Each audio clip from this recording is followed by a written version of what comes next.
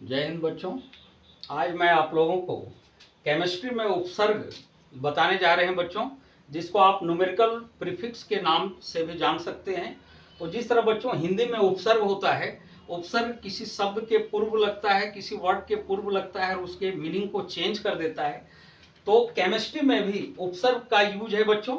R O है मेरा परमाणु या अणु की संख्या जो होगी, उस संख्या और उस नंबर के अनुसार कौन सा उपसर्ग का यूज किया जाता है। और ये आपको मदद करेगा बच्चों, कंपाउंड का जो नाम होता है, केमिकल कंपाउंड का जो नाम होता है, उस नाम को लिखने में, ध्यान में रखने में आपको काफी सुविधा होगी बच्चों।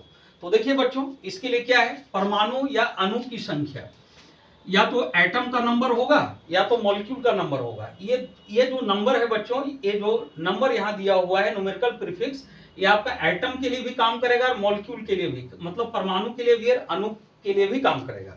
तो हाफ के लिए बच्चों, हाफ के लिए उपसर्ग मेरा हेमी लगता है, 1 के लिए मोनो लगता है बच्चों, और 2 के लिए डाई लगता है, और 3 के लिए ट्राई, और 4 के लिए टेट्रा, 5 के लिए पेंटा, और 6 के लिए हेक्सा, 7 के लिए हेप्टा, और ठीक उसी तरह बच्चों 8 के लिए ऑक्टा, और 9 के लिए नोना, और 10 के लिए डेका। अब इसका यूज कहां होगा बच्चों, तो केमिकल कंपाउंड का नेमिंग में इसका यूज होगा बच्चों। जैसे हेमी, हेमी का कहां यूज होता है बच्चों, जहां पर मेरा परमाणु या अणु का जो नंबर होगा वो हाफ होगा। जैसे देखिए बच्चों, CaSO4 इंटू हाफ H2O, तो हाफ H2O।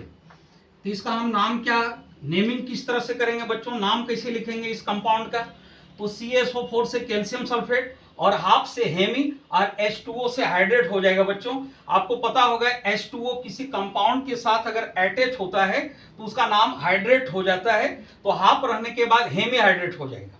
उसके बाद बच्चों यहां पर हाफ जो यूज हुआ, ये अणु के लिए यूज हुआ। जल का हाफ अणु, जल का हाफ मॉलिक्यूल हुआ, वाटर का हाफ मॉलिक्यूल हुआ। अब परमाणु में भी यूज होते हैं बच्चों, जैसे 1, अगर हम CO लेते हैं बच्चों, तो CO में ऑक्सीजन का जो परमाणु है 1 है, तो 1 के लिए हम मोनो शब्द यूज करेंगे, तो मेरा हो जाएगा कार्बन मोनोऑक्साइड। कार्बन और ऑक्सीजन मेरा 1 एटम में है, इसका परमाणु मेरा 1 है, तो 1 के लिए मोनो, इसलिए कार्बन मोनोऑक्साइड हो जाएगा।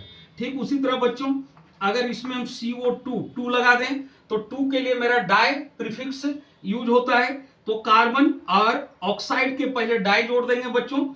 ये ऑक्साइड जो है ये ऑक्सीजन है, लेकिन ये किसी एलिमेंट के साथ अटैच होता है केमिकल रिएक्शन करके, और जब ये कंपाउंड बनाता है तो ऑक्सीजन ऑक्साइड में बदल जाता है बच्चों। तो 2 के लिए डाई होता है, तो ऑक्सीजन के पहले हम प्रीफिक्स डाई जोड़ देंगे, तब मेरा हो जाएगा कार्बन डाइऑक्साइड। ठीक उसी तरह बच्चों अगर CO3 रहे, तो 3 के लिए क्या है बच्चों, 3 के लिए ट्राई है, तो 3 के लिए जब ट्राई है तो इसका नाम क्या हो जाएगा बच्चों, कार्बन ट्राइऑक्साइड। 3 के लिए ट्राई, तो ऑक्साइड के पूर्व हमको प्रीफिक्स लगा देना है, ऑक्साइड के पहले उपसर्ग लगा देना है, तब ये मेरा कार्बन ट्राइऑक्साइड हो जाएगा।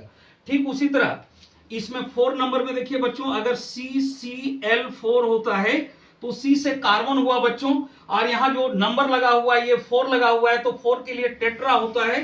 तो इस क्लोराइड, क्लोरीन अगर किसी एलिमेंट के साथ अटैच हो जाता है तो वो क्लोरीन क्लोराइड बन जाता है बच्चों, तब फिर मेरा इसका नाम क्या हो जाएगा, कार्बन, और ये 4 के लिए टेट्रा, तो उपसर्ग इसके पहले लगेगा बच्चों, क्लोराइड के पहले लगेगा, तो कार्बन टेट्रा क्लोराइड हो जाएगा। ठीक उसी तरह 5 के लिए बच्चों P2O5 अगर है, P2O5, तो P2 यानी फास्फोरस हो गया बच्चों। और 5 के लिए आप देख रहे हो बच्चों पेंटा होता है, तो ऑक्साइड के पहले प्रीफिक्स इसके पहले लगेगा, तो फास्फोरस पेंटा ऑक्साइड हो जाएगा। ठीक इसी तरह और भी होगा बच्चों। अब कुछ और कुछ मॉलिक्यूल वाला में आप हम बताते हैं बच्चों, ये आपका एटम के लिए हुआ। अब कुछ मॉलिक्यूल में देखिए कि और नेमिंग में किस तरह से होता है बच्चों, तो इस टाइप से होता है।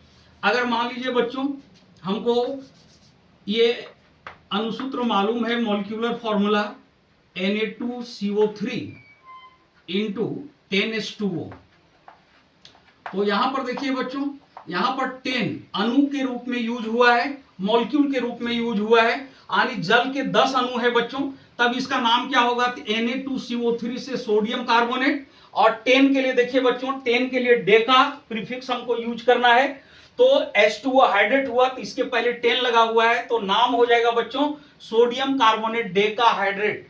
ठीक उसी तरह और भी बच्चों, अगर मान लीजिए CaSO4 इंटू 2H2O, तो 2H2O, तो यहां का नेमिंग क्या होगा बच्चों, तो CaSO4 से कैल्शियम सल्फेट और H2O हाइड्रेट हुआ, और इसके पहले जो 2 लगा हुआ है बच्चों, तो 2 के लिए मेरा होता है डाई, तो यहां पर कैल्शियम सल्फेट डाइहाइड्रेट हो जाएगा बच्चों।